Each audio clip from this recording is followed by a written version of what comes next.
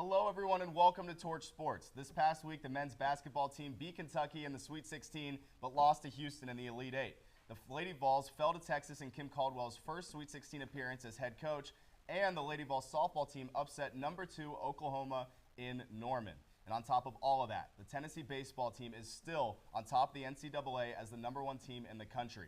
I'm your host, Jackson Schock, with the rest of the Orange Zone crew, that being Sophie Starkey, Luke Attal, and Luke Lamry. Let's talk about this baseball team, guys. They've been number 1 since March 17th, and since then they've gone 6-2 with losses to ETSU and Alabama. This weekend, the Vols welcome Texas A&M to Lindsey Nelson Stadium for a rematch of last year's College World Series. And I'll tell you what, Jackson, this is going to be a really good series, I feel like. Now, Texas A&M has gone down this year from last year. You mentioned it's the College World Series rematch. They have a completely different coaching staff. Some players are different, and so this is a different Texas A&M team than we saw last year. That was very dominant. So it'll be a different series. But for the Vols this weekend, all I'm looking for is just a series win. Keep the SEC series wins going. Haven't lost a series yet this season, and that's big for momentum. If you're winning series against teams like this, even though Texas A&M isn't the top of the SEC this year, series wins build the confidence, especially when it comes time for the SEC tournament and later in Omaha, when you might see these teams again. Getting wins in the regular season, especially in the 3-game series, is really big for the program. And looking at specifics for this game, because I'm a big stats guy, what the Vols need to do in this game are score runs. And I say that, and you're like, wow, they have to score runs to win the game. That's real analytical of you. But no, you look at the stats. A&M is tied for 154th on runs scored in the NCAA. That's not great. Not good at all. Tennessee is ranked 3rd. So if the Vols just keep doing what they're doing, putting up the numbers that they're putting up, keeping the bats hot, I think they take this one handedly against Texas A&M. Absolutely, and consistency is key to any team's success. Tennessee's playing some of its best baseball right now, so I'm going to get really nitpicky with what they have to do. I think if they keep doing everything they're doing, they're going to succeed in the series this weekend. But I'm going to look at strikeouts. In Tennessee's first 20 games, they had 136 strikeouts. Now, that is divided amongst the 9 players on the field, but I'm looking at 2 in particular right now. That's Reese Chapman and Levi Clark. Reese Chapman is responsible for 19 strikeouts, and Levi Clark has 13. Now, these players are seeing some pretty consistent playing time right now, and that really is going to start to add up when you're facing these SEC teams. And Levi Clark is seeing that consistent second base spot, and Reese Chapman's in the outfield. So, kind of a little cleanup duty on the Vols there to put their best foot forward, get some balls in play, and really try to hone in on not striking out on anything. I'm gonna give Reese Chapman a little bit of leeway though, because he's got a really good walk-up song, and I really like listening to it. Okay, so we're talking about play here, Luke Attal. I'm not sure a walk-up song matters if you can't get the ball in the play. Yes, 19 strikeouts. The walk-up song is not as important right now. But well, I don't know about the walk-up song, but I do agree with Luke that I would like to see a series win from the Vols. But most importantly, I think the variable for the Vols here has been the constant rotations. And I know we're going to talk about it in a minute here, but the rotations, I'm going to ask a tall order of the Vols. I want to see perfection. This is a team that you really have to prove something against. I want to see a lineup that is functioning on all cylinders. I want to see that steam engine just come running through. I mean, I want perfection from the Vols, but I want to see, because there's so many different lineups that Vitello's been throwing in there, I want to see something that finally just clicks, and it's something we haven't seen before, and all of a sudden we're just firing at it. I want to see that this weekend. Let's talk about those moving pieces when it comes to lineups. Throughout the year, Tony Vitello and his staff have continued to play with the lineup throughout the season. But this year, there have been 12 players with at least 40% of Tennessee's games, that being they've played in at least 40%. Last year, that stat was the exact same, and at the very end of the year, it was 12 players who had played in 40%. So while it feels like there's a lot of movement, it's the exact same as last year, obviously with a little bit of a more set stand-up there. When it comes to the rotation, do you think that that rotation is going to continue to work throughout the season? I think it is. I think it draws comparisons to the Lady Vols and Kim Caldwell, where all of a sudden you've got, and I know we're talking different sports here all of a sudden, but you got 5 Lady Vols on the court, all of a sudden here comes a fresh 5. You know, it's that kind of substitution that really makes sense and is really a diverse type of thing. But what I'm looking for is maybe something that sticks for the Vols baseball team. I want something that really functions everywhere. But I do like, the constant subs. And we talk about Ariel Antigua. He's struggling at the plate, but it's baseball. It's baseball. And so I don't think you pull the plug on him just yet, and you have to get out of those slumps. But I do like the subs. I like the change. I like the variety, because teams come in, and you don't know what lineup you're going to be facing. And I'm going to you, counter. real quickly. You talk sorry. about constant subs. It's not just with the infielders and outfielders and the batting. It's also with the pitchers. That's In true. the most recent midweek game against ETSU, Tennessee ran through 11 pitchers, each pitching no more than 1 inning. That's a lot of switching up that you're having. I would say pitching is different than your entire infield, though. Like pitchers, that has more about the batter's mentality and giving our pitchers arms breaks. But I'm going to counter you, Luke, on Ariel Antigua. Coach Vitello has really been rotating infield, trying to find that perfect match like Luke was talking about earlier. And I'm going to look at the shortstop position. Dean Curley, one of our most diverse guys, a leader on this team. He can do it all. He can bat. He can field. He's #1 in our lineup. Ariel's 9.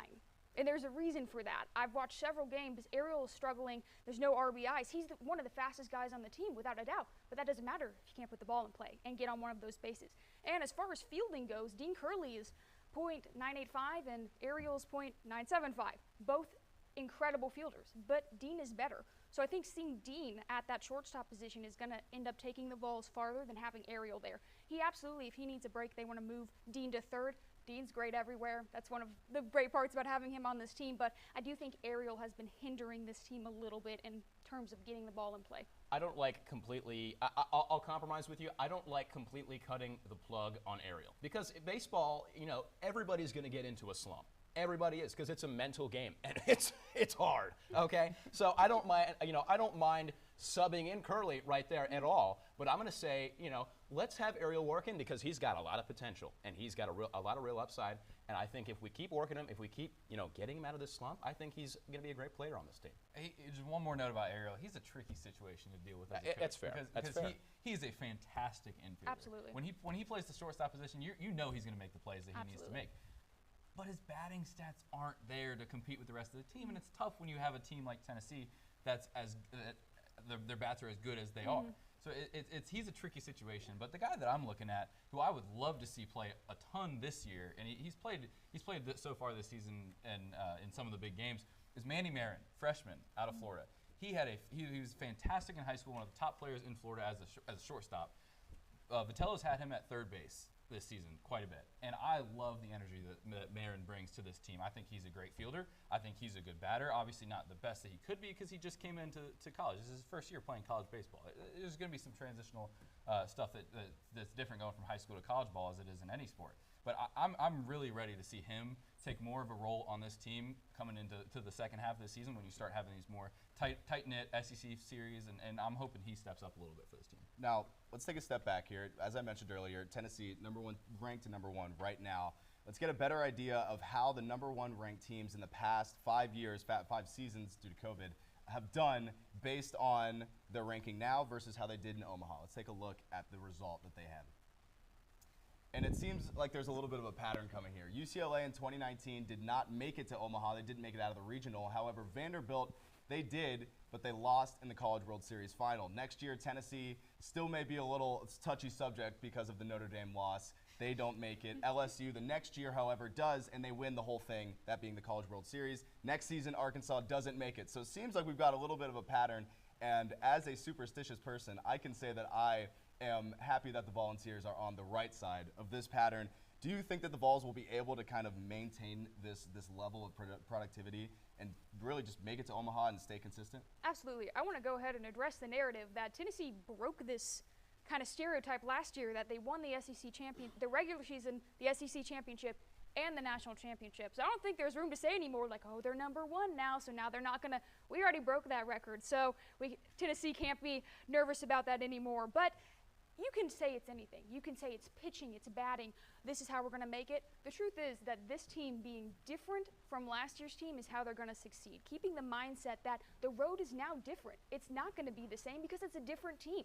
Most of those guys are not returning. Coach Vitello said earlier at the beginning of the season, the worst thing that people can say to these young guys is, oh, well, last year's team did it. Oh, last year. The past is the past. Looking forward, one game at a time mentality is how they're going to get back to the road to Omaha. Well, I'll absolutely agree with you that the path is completely different, but you know what stays the same is Coach Vitello. And he's a guy that absolutely knows how to get a team to work together, and there's a lot of new faces on this lineup, and we've seen it already.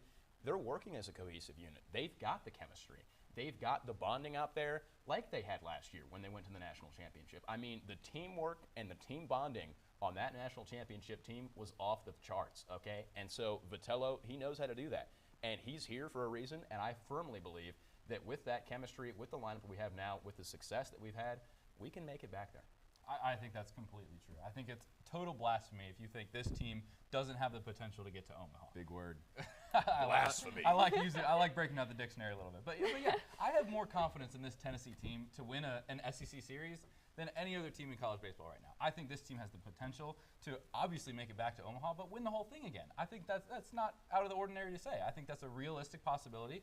Now, I'm not going to say that's going to be what happens because you never know, but the amount of confidence that Coach Vitello and this Tennessee team is putting forth right now really shows me that they are a team to make it back to Omaha for sure. Even though they're ranked #1 in the season right now, they're going to be here by the end of the season. I like your mentality, Luke. I was going to say a lot of positivity here. He's and optimistic. optimism going forward. Well, that's all we have for the first half of the Orange Zone. When we come back, though, we're going to be joined by our baseball expert, Tristan Thornhill, to get a look at some of the biggest threats to Tennessee down the road. In the meantime, Rocky Talk has lots of basketball to get to, and they will do just that after this quick break.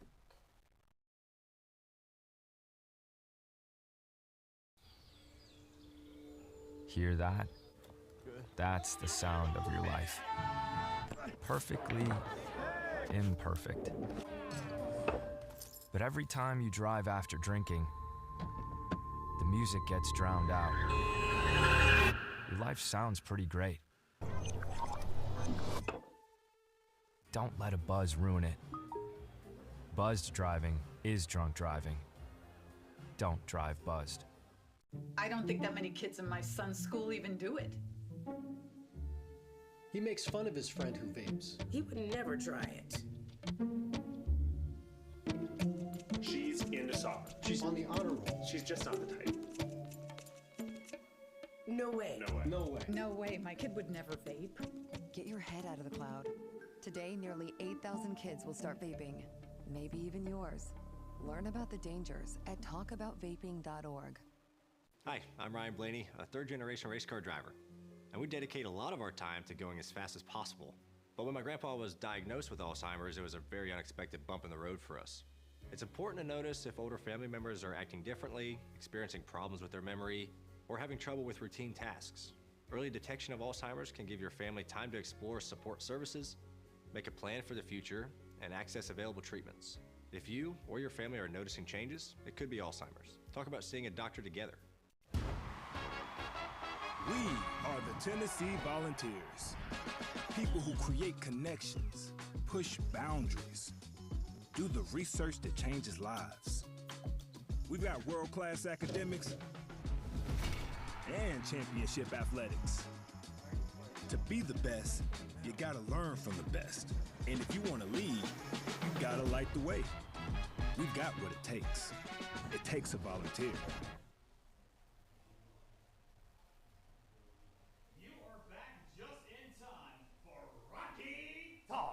Alongside Patrick Falcon and Chance Jones, I'm Jeremy Knopf II here to preview the big dance in San Antonio, that being the Final Four. We start off tonight by recapping the Tennessee Volunteers as their march to San Antonio came up short, falling to the Houston Cougars 69-50 in Indianapolis. After advancing to their second consecutive Elite Eights, the Big Orange were hoping to get one step closer to the big dance. However, as everyone saw last Sunday, that was not the case. The shooting numbers did not meet expectations as this squad went 15 for 52 in field goals and 5 for 29 from three-point range. On the contrary, Houston did not let up. Emmanuel Sharp and L.J. Cryer combined for 33 points, helping the Cougars advance to their first Final Four since 2021.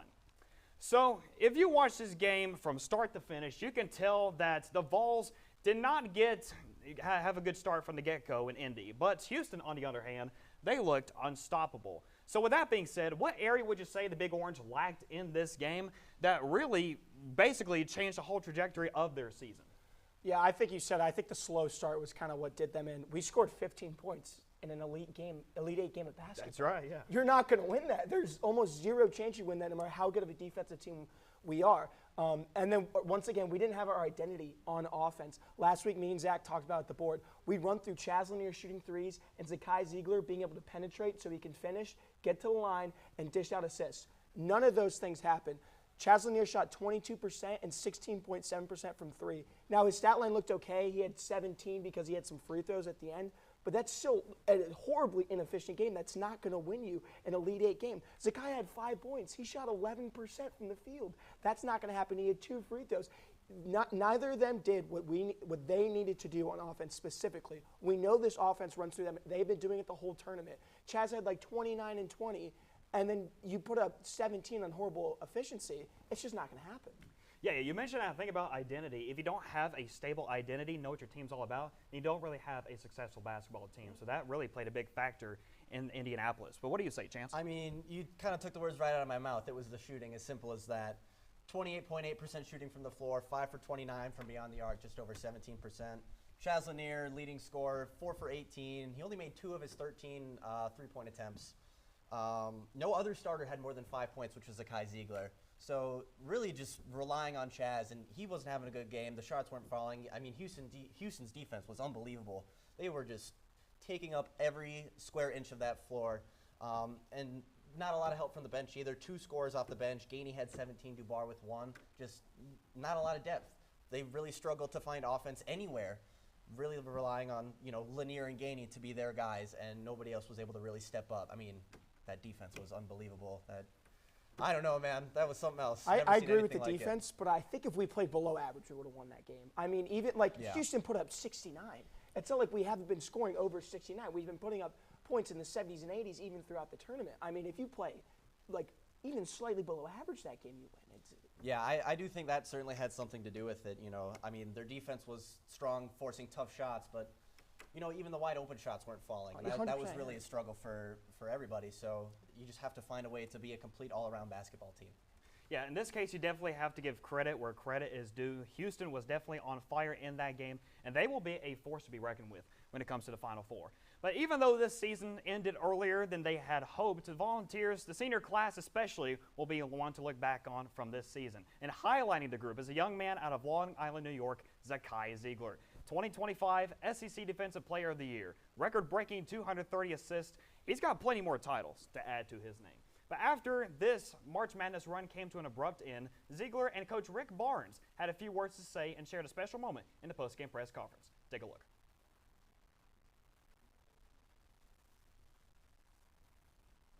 I've done there, and everything that they've done for me has been none less than great.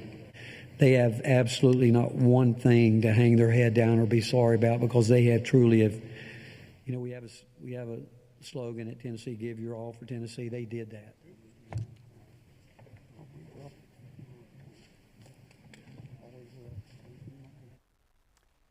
A lot of emotion, as you can see, coming out of those two guys. And when you think about an individual that has literally given it their all for Tennessee during all of his college career years, that is Zakai Ziegler. He has done a lot for this university. So with that being said, I'm going to start with Chance this time. What would you say is the legacy that Zakai Ziegler is going to leave behind at the University of Tennessee? I mean, you could certainly look at the stats and say he was a great player. 2-time SEC Defensive Player of the Year, 2-time first-team All-SEC, 4-time SEC All-Defensive Team, holds the SEC record for number of assists in a single season. But I think when you really look at Zakai Ziegler's legacy, you have to look at how much of a fan favorite he was that loved this place. He was always talking in his interviews how much he loves it here. You couldn't go, 100 yards on campus on a basketball game day without seeing a Zakai Ziegler 5 jersey or graphic T-shirt from the Vol Shop, He's just an unbelievable guy who loves it here. He's talked about a lot when his house burned down a couple years ago. Vol Nation raised, $350,000 for him and his family. They were able to move down here to be with him. His mom has been on the record how much they love it here. He said he's from New York, but Tennessee is his home. And as a fellow out-of-stater, I really relate to that. I think that's really, really relatable to a lot of people at this university. I think he's just a great guy who everybody can find something that they resonate with in him. And whether that's on the court, off the court, I think he's just an all-around great guy. And I would love to see him find his way somewhere in a nice home in the NBA where he can be that same kind of person. What do you say, Patrick? I agree with you, Chance. I think you look at his character, and that's the number one thing. He's been the heart and soul of this team for years. Last year with Dalton Connect, obviously he wasn't the number one option, but he still went out there, and he had no problem being, I don't want to say second fiddle because I feel like that's doing him a disservice, but he had no problem, feeding everyone on the court, and it's never been about him. He's always been so selfless, But even so, if we look at his stats, I mean, he has a school record in assists and steals. He has third most assists ever in SEC history and tied ninth for most steals in SEC history. It's not like he's just an okay basketball player. No, this guy was an elite basketball player. Plenty of college basketball players have not even made a Final Four, much less won a national championship. It's a little bit disappointing he didn't, yes, because that's kind of the expectation Tennessee has had the past few years. They've been knocking on the door, and he was supposed to be the leader at that this year. He had a disappointing last game, I understand that, but that doesn't mean by any stretch of the imagination that he's not an elite player and that it tarnishes his legacy that much more. I would say he's an elite basketball player. The NCAA tournament's one of the hardest tournaments to win in all of sports. There's 64 teams competing in it. You can't discount a guy because he got a few chances and couldn't get it done necessarily. But you look at his on-the-court performance, you look at his off-the-court performance, he's no doubt a Tennessee legend, and his jersey should go up in the rafters for sure. Yeah, absolutely. And it's not just Zakai Ziegler. You know, he had some incredible seniors from this year. He had Chaz Lanier, Jordan Gainey, Jemai Meshack, Grant Hurst. I can keep going on and on. So an incredible run for these guys, and we wish them the very best in their future endeavors. And he mentioned the difficulty of this bracket. Speaking of the bracket, this year's NCAA Men's Final Four in the Alamo Dome will be the first since 2008 to feature all 4 of the #1 seeded teams.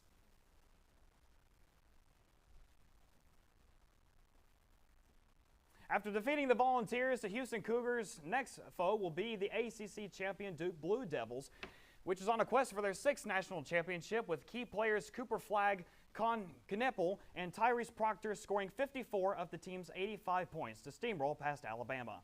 The other side of the bracket will feature a clash of the SEC's best, being the Florida Gators and the Auburn Tigers, with big-time players such as Florida's Walter Clayton Jr. and Auburn's Johnny Broome, both of which are SEC top 5 in scoring. Fans will be in for a treat with a spot in the finals on the line. So, as you can see, without a doubt, plenty of star power will be on display in the Lone Star State. However, March Madness is called March Madness for a reason. It is known for crazy upsets and Cinderella stories, and while we did see a bit of that in this year's tourney, does it seem a little bit disappointing that all 4 of the top seeds managed to make it to San Antonio? No. To say the least, no. These games are going to be awesome. I want to see the best teams play. I love a good Cinderella story, but usually they end in the Elite Eight or Final Four because of that disparity in talent anyways. We're not going to see those mid-major and those even smaller schools go that much further just because it's so difficult to do so. But when you have the 4 best teams in basketball, Duke and now, I mean, there's not much to complain about. These teams are top 4 in KenPom efficiency. They have a combined record of 133 and 16. All time, they're all top 10 in KenPom efficiency. So it's not like they've been good just this year. They're all some of the best teams of all time, or a couple of them. And then especially as of recently, you see Florida. They probably had their best team since that 2006-2007 back-to-back championship years. They have 2 of the best guards in the country, and Elijah Martin and Walter Clayton. And then you go into Duke. They have the best player in the country, and Cooper Flagg. And if not, he's the guy's on Auburn, who's also in the Final Four. And Duke's kind of been, off the rails a little bit, a little bit quieter since Coach K retired. But now they're back. There's a #1 seed. They're one of the best teams. They look dang near unstoppable. And they're doing it with almost all 5-star freshman talent, which is crazy because now with the transfer portal and there's so much 5th and 6th year seniors. And then we have Houston, who won the Big 12 championship this year. They've been a 1 seed the past 3 tournaments, but they've lost in the Sweet 16. So this is the first time they've really made that push that we know that they can do, and they're looking to avenge their loss last year to guess who? Duke, the team they're playing. Then we got Auburn, who is the 2nd best player in the country, and Janai Broome. They won the SEC tournament last year. They got very close this year, and the #1 overall seed. And they're looking to win their first national championship, first Final Four since 2019, where very controversial ending with a little double dribble by Ty Jerome and then Kyle Guy getting some free throws down for UVA. So I think this is a battle of juggernauts, of heavyweights, and I am not disappointed at all. I mean, there's certainly some positive aspects to it. Overall, I'm relatively disappointed with it. The best teams coming into the tournament proved why they were the best teams, why they were given the 1 seed. There's some fun matchups. We talk about Florida and Auburn having another great SEC battle. Duke's high-power offense versus Houston's elite defense. We talked about that today. I haven't been as high on Duke as everybody else has, so they have another chance to prove me wrong. But there just wasn't as much parity this year. March Madness is known for, upsets and Cinderella stories. I mean, last year, you look at like Oakland and Jack Golke taking down Kentucky. I mean, that was fun. That's a good story. There just wasn't a lot of that this year. And so to me, it's really dissatisfying that Well, it's good the best teams made it to the end. It's dissatisfying to me that we didn't have any like really good or really fun, enjoyable stories, feel-good stories through the tournament. That is it. We also expect to see the best of the best battle it out in San Antonio with all 4 #1 seeds making it to the tournament. We'll see who can make it to the end for all this tournament championship. So on that note, another basketball edition of Rocky Talk comes to a close, but don't you go anywhere because the ladies' man, Alex, will show you what is happening in the latest in UT women's athletics. For Chance and Patrick, thank you all for joining us once again. Stay warm, stay cool. We'll see you again soon.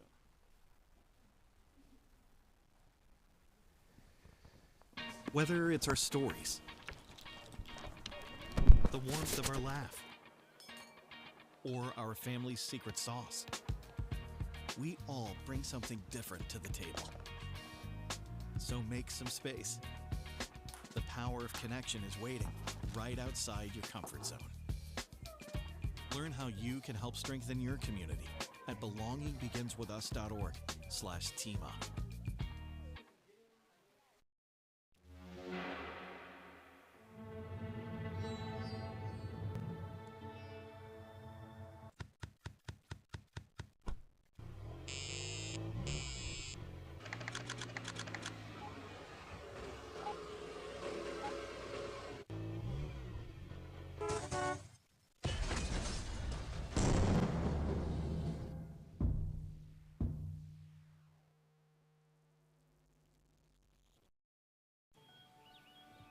Be right there.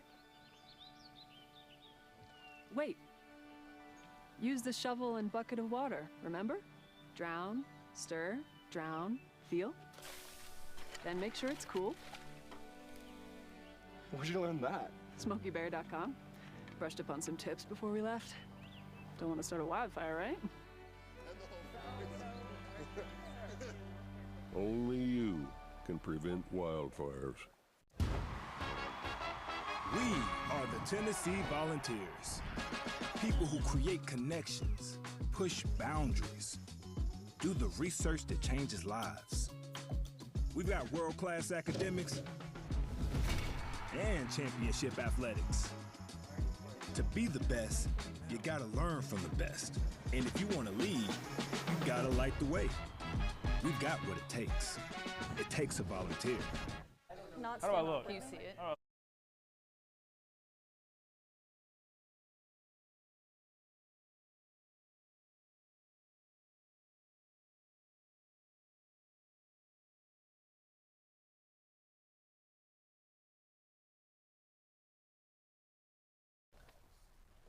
Good evening, everyone, and welcome back to Torch Sports. I'm your host, Alex Carpenter, joined by Jack Glennon, Delaney Leary, and Alexis Ruma. It's time for the summit. Let's get right into it. The Tennessee Lady Vol basketball season ended in Birmingham, Alabama on Saturday afternoon, as the one-seeded Texas Longhorns took care of business, defeating the Orange and White 67-59. Tennessee played competitively to the surprise of no one for all 40 minutes and were neck and neck after 3 quarters, with the Lady Vols tying the game twice in the final frame, but it wasn't enough in the end. Tennessee ended the game shooting 19% from behind the arc and committed 18 turnovers. Texas head coach Vic Schaefer and his Longhorns were able to hold on to a narrow victory thanks to stellar performances from Madison Booker with 17 points and Jordan Lee coming off the bench for 13. Kim Caldwell's group was resilient, and it feels like this game was a summary of the Lady Vols' entire season, battling the entire game and showing the rest of women's basketball that this program is on the way up and close to putting it all together in the biggest spotlight. Why did Tennessee lose this game? I thought they had a great start on offense, personally. A little bit weak on defense. You never really, I mean, it's great to have the best of both worlds, but it's understandable in a tournament as stressful as this one for there to be mishaps, even though you can't afford to make that many mishaps. You have to be as good on defense as you are on offense. At the end of the quarter 2, with 2 minutes and 40 seconds left, the Lady Vols were up by 13-12. And then by the end of that quarter, pretty much 2.5 minutes later, they were down 21-13. They did not score any points for the remainder of the quarter, and they just let Texas completely walk all over them. And when you dig yourself in a hole like that, it is so hard to come out of it. It felt like the gas came out of the tank.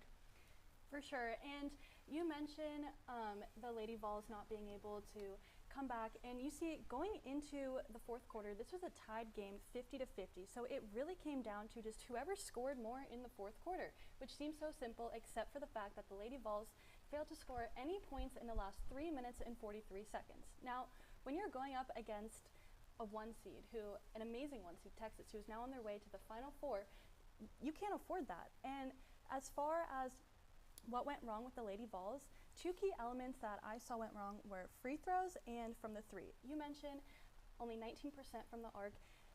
They shot an abysmal 5 of 26 from three. In the first 2 games of the tournament, they were averaging 13 threes a game. Now, as far as free throws, Texas capitalized off of our fouls, and they scored 10 of 12 from the free throw line. Tennessee only scored 4 of 10. Now, again, when going up against a number 1 seed, it's just too costly. Look, my problem with it, there's a number of reasons that Tennessee lost this game, but my main problem with it, you mentioned the threes. It's not even that they missed them, it's that they took them. Texas goes 3 for 7 from beyond the arc. Not only good efficiency, but they only shot 7, and to me that's a great combination to win a game. When you're shooting 26 threes, 19 more than your opponent, you can't win a game like that. It suggests that you're not able to get inside, penetrate the defense, and get good shots. It suggests that you're settling for poor shots, and that's exactly what this Tennessee Lady Vols team did. My other problem was, look, this is an 8-point game. Tennessee Volunteers lose the turnover battle by 4, 18-14. That's 4 possessions. There's your game right there. It's as simple as that. You turn the ball over more than your opponent, 99% of the time, you're going to lose a game. It really didn't ever feel like the game was out of hand at any point throughout that stretch, and it just felt like the Lady Vols were unable to get over the hump, so to speak. But after the game, Kim Caldwell spoke with the media, along with players Samara Spencer and Ruby Whitehorn. For this group that I got to coach, they did exactly what we said we were going to do, which was get Tennessee back into the top 25. They bought in, they played hard, they've been a joy to coach. God blessed me to be able to coach this group. I am thankful for them. And any success that we have at Tennessee from here on out is because of this team. Hearing Caldwell make this statement, how do you feel about this first group of players she was able to coach and their legacy? Yeah, I mean, I'm going to start with this. Look, at the beginning of the year, the seniors said that they wanted to be a hard team to play, and they accomplished just that. I've never looked at a box score and wanted this team to be fouling more than the other team, more than I do with this Lady Vols team, because they're physical. They play hard, and they make sure that their opponents leave the game sore and tired. Win, lose, or draw, and that's a great way to win a lot of games. Also, I'm excited about the future for Kim Caldwell because, look, she hasn't even gotten her own recruits through the door yet. I think as soon as she gets her own girls in there, it's going to be a lot smoother. They're going to fit well in the offense. And her recruiting class has looked phenomenal. A couple 5 stars, a plethora of 4 stars. So, look, it's not even her hand-picked team. Once she gets her hand-picked team in there, it's going to look even better. And you say, mentioning how physical this team is, and really what I see is just how passionate they are. Right after the loss, you see both Spearman and Whitehorn making comments about how excited they are to return next year and really just take the freshmen under their wing. And so you see that type of passion, and that's what's going to win games, and that's what's going to keep building this program and, you know, just making lasting impacts. You mentioned, Alex, the 7 seniors who are not going to return, but I really believe that their impact is going to last, and you already see Kim Caldwell getting that contract extension, and that Lady Vols head coach position is a privilege. You see that through Pat Summitt setting the standard for what it is to be a coach and have success in women's basketball. And so I think that her already getting that extension just shows how much Tennessee, you know, as a whole just is really appreciative of the team that she brought together this And year. Kim Caldwell said before the season that the goal for this team was to win postseason games. It was to make the Sweet 16. It was to turn this historic Lady Vol program into something that fans can be proud of again. Yeah, I have to go off of you. The passion that comes from everyone on the Lady Vol basketball team, including Coach Kim, she just, the way she talks about her players, no matter if it's a win, no matter if it's a loss, she just, you can almost sense and feel how deeply she loves and cares about her athletes. And she's even said before in previous conferences, she takes offense when people say, like, those aren't your seniors, those aren't your girls. She's like, that's completely wrong. Those are my girls. Then I think that I think a relationship between athletes and their coaches, that can make or break a performance and an athlete itself.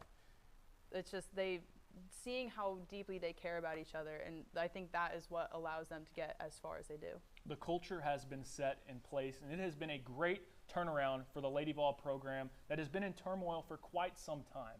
With the #1 ranked recruiting class featuring 3 5-stars and 2 4-stars coming to campus next fall, the future is bright for Lady Vol basketball.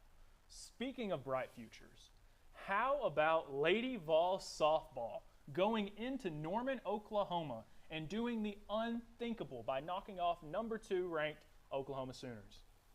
This victory marks the first time in program history that the Lady Vols have won a road series against the top 2 opponent, and Tennessee is just the 3rd team to win a series at Oklahoma since 2006. I don't know about you guys, but I was 2 years old the last time Oklahoma lost a series at home, which is just insane. Just an unbelievable performance for the Lady Vols, and now they've won 18 of their last 20 conference series. It seems like there's some serious momentum on the diamond for Karen Weekly and her group. Carlin Pickens earned her 2nd win of the weekend, throwing a complete game and striking out 6 batters. She continues to dominate on the mound and show why she is one of the top pitchers, not only in the SEC, but in the country as well. Guys, how did Tennessee do this? Well, Alex, I'm going to take you back to the series before Oklahoma, where the Lady Vols dropped the series, losing 2 of the games versus Arkansas. This was the first time that the Lady Vols have lost an SEC series home series in 3 seasons. Last time that happened was also to Arkansas in 2022. Now, after dropping those 2 games, Carlin Pickens said the team took that loss personally, and I think that had major contributions to going out to Oklahoma and proving how dominant of a team they really are and how they can beat a #2 team. And as you said, this was the first time in program history that has been done. And I think, seriously, their mentality shifted after that series loss, and they went out there and wanted to prove who they were. Yeah, I mean, look, the combination to a championship or winning any sort of games, especially in softball or baseball, is always great pitching and timely hitting. And during this series, this Lady Vol softball team did exactly that. Oklahoma scores 9 runs in the series. Tennessee scores 11. Neither one a fantastic offense in this series. But look, Tennessee got great pitching, like you said, from Carlin Pickens. 12 2/3 innings pitched, 12 strikeouts, and just 4 earned runs. So they did enough to support their pitching, which is always the key. Let your pitchers do the work, and the lineup, just do what you got to do to support them. Play small ball, score 3-4 runs, and with this pitching staff, you're going to win a lot of games doing that. And you mentioned the pitching. In the 3rd game to take home the win, Carlin Pickens in the last 4 innings only allowed 1 hit and 1 walk through 4 innings. That is so impressive, and I think that just is a stat that speaks for itself and how the Lady Vols took care. Pickens is just unbelievable. Yeah, honestly, she is just on fire. About a week ago, she threw and broke the record for the fastest pitch in softball, which was 78.2 miles per hour, which equates to 109 miles per hour in men's baseball. That is insane. That is, do you think you can hit that? I don't think I'm hitting that. Let's get you out there. Good. Yeah. We should test it. It was a great weekend for Lady Vol softball, and it's a weekend that shouldn't be a surprise to people who have followed Lady Vol softball for a long time. Karen Weekly is a Hall of Fame softball coach. That is a program that has had success and has won national championships. Yes, Oklahoma is a new addition to the SEC and a team that is very talented, but it just feels like this is a great step in a good direction for Lady Vol softball. And they're going to take the field tomorrow for an SEC battle against Mississippi State at Sherry Parker Lee Stadium, with the first pitch scheduled for 6 p.m. Stay tuned for more game coverage by following Torch Sports and the Volunteer Channel on social media. Well, that's going to wrap it up for the summit. Lots of big things are happening here on Rocky Top, and we can't wait to discuss it with you next week. For Alexis, Jack, and Delaney, I'm Alex Carpenter, and thanks for watching. We'll see you next time on the summit.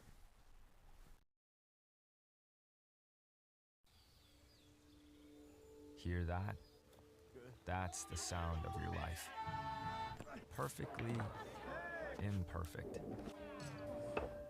But every time you drive after drinking, the music gets drowned out. Your life sounds pretty great. Don't let a buzz ruin it. Buzzed driving is drunk driving. Don't drive buzzed. I don't think that many kids in my son's school even do it. He makes fun of his friend who vapes. He would never try it. She's into soccer. She's on the honor roll. She's just not the type. No way. No way. No way. No way, my kid would never vape. Get your head out of the cloud. Today, nearly 8,000 kids will start vaping, maybe even yours. Learn about the dangers at talkaboutvaping.org. Hi, I'm Ryan Blaney, a third-generation race car driver. And we dedicate a lot of our time to going as fast as possible. But when my grandpa was diagnosed with Alzheimer's, it was a very unexpected bump in the road for us. It's important to notice if older family members are acting differently, experiencing problems with their memory, or having trouble with routine tasks. Early detection of Alzheimer's can give your family time to explore support services, make a plan for the future, and access available treatments. If you or your family are noticing changes, it could be Alzheimer's. Talk about seeing a doctor together. We are the Tennessee Volunteers. People who create connections, push boundaries, do the research that changes lives. We've got world-class academics and championship athletics. To be the best, you gotta learn from the best. And if you wanna lead, you gotta light the way. We've got what it takes. It takes a volunteer. Welcome back to the Orange Zone. On the right, Sophie Starkey. This is going to feel like taking roll. On the left, Tristan Thornhill, Luke Attell, Luke Lamry. I'm Jackson Schock. And as I mentioned earlier, in the last 5 years, only 2 teams ranked #1 at this point in the season have made it to the College World Series. And only one of those has won it. So, as we look down this #1 Tennessee Volunteer schedule, who do you guys feel is going to be the biggest threat to this team? Tristan, lead us off. I'm going to go with Ole Miss, and maybe not the most glamorous pick out of all of them, but they're a respectable team right now. And I think the headline is Fisher and Doyle are going to be making their return to Oxford. They transferred to Tennessee. It's going to be a big series for them. And Ole Miss has been playing really, really well in the SEC so far this season. Just to point out some stats, in the SEC they have a .320 average. They've scored 87 runs, 21 home runs. They've batted a .612 slug with a 444 OBP. That's better than Tennessee in the SEC so far, which is crazy to say. Right. But Tennessee's batting .291. They have 71 runs, 15 homers, a .510 slug, and they have a .380 OBP. So this is a respectable Ole Miss team, someone that we should all look forward to facing. 6 different guys batting .300 for Ole Miss. That's hard to do. I know we're doing. I know Tennessee is doing. Excuse me. They looked really good against Florida, and Florida. We know that they've been shaky to start the year, Florida, but they're a talented team, Florida, and taking down Florida is no easy task. So I'm interested to see what you guys are thinking about. Who's going to be next on the schedule? I'm going Ole Miss. I'll go ahead and take it from you here. Go ahead. I'm going to take Georgia, and Georgia's not a team that we face until possibly the SEC tournament, but I think this is a little bit of a sleeper team for Tennessee, and here's why. Tennessee and Georgia are like this. Slowly, just one at a time. They're the same team in different fonts, and here's why. Georgia, 29-2. Tennessee, 27-2. Georgia has beat 3 SEC opponents. The first one in a 2-1 series. They sweep the second 2 teams. We did the exact same thing. And they also have several players that kind of match Tennessee, our Liam Doyle kind of level. They have Zach Harris. This guy is an elite pitcher. 95 strikeouts. He's basically secured Georgia's 8 wins by himself. Overall, the team very great at fielding, .980 as a team. That is a team average. Their ERA is really low. A lot of pitchers, not seen any runners for them so far. I think Georgia, you really have to look out for their entire dynamic as a team, but that infield is pretty unstoppable. They have like 2 or 3 errors so far on this infield position. So a little bit of a sleeper team that I think Tennessee can look out for approaching that SEC tournament, because we might not notice them because we're kind of walking on the same level right now. So got to keep an eye out for the Bulldogs as usual. Yeah, well, I'm going to look at a team that's a familiar foe for Tennessee over these past couple of years. We've had some good matchups against them. They're the LSU Tigers. LSU, now this is a team that's consistently at the top of SEC baseball. And you see that year after year. This team is one that you know is going to be there in postseason, both the SEC tournament and in Omaha. They've proven it time and time again. They're a historic baseball program. And they're a team that a lot of teams are scared to face. And I think when you look at this LSU team, what scares a lot of teams is the pitching. Now, if you compare the pitching for Tennessee and the pitching for LSU, we talked about Tennessee pitching last time you were on here, Tristan. Yeah. But Tennessee pitching is averaging 12.3 strikeouts per 9 innings. So around 12.3 strikeouts per game. LSU is right behind them at 12.2 strikeouts per 9 innings. So the pitching on both these teams are very top-notch. And you've seen in the past with Tennessee, we've kind of struggled a little bit once we faced some solid pitchers. You mentioned the Florida series. That was a real confidence-building series for the Vols. However, you look at the breakdown of those games, most of the runs came in the back half of those innings. The Tennessee averaged 1.3 runs in the first 4 innings across all 3 of those games. So yes, they swept the series, and run ruled them in the second game 10-0. However, the pitching, when you're facing those good pitchers early on, those aces, those starters, that's where Tennessee struggled a little bit this season. So I think that's going to be a matchup to watch when we have them when Tennessee has them in the regular season, and in postseason as well. Well, I'll take one that's right on the Vols trail. It's Arkansas. According to D1, they're number 2 in the country, okay? And they've really, really shown their stuff. Let's look at Charles Davilane here, 4.02 average. They've got a long list of batters that are really impressive, and Tennessee needs to watch out for these guys. The pitching, it's good, but it's not the best out there. Let's take a look at Zach Root, 53 strikeouts. This is a team that's really balanced. Look, their hitters are very impressive. Pitching is a little bit less impressive, but still right up there. All around a really well-rounded and a lot of depth on this Arkansas team, right on the Vols trail. So keep an eye out. Well, thanks, guys. A nice little scouting report going forward for those that don't necessarily maybe have been wrapped up with basketball, etc. That wraps up tonight's episode. Thank you so much for watching. You can get more Torch Sports content if you follow us on Instagram or TikTok at Torch Sports UTK or on Twitter at Torch Sports _UTK. Thank you so much for watching again. We'll see you right back here next week. Peace.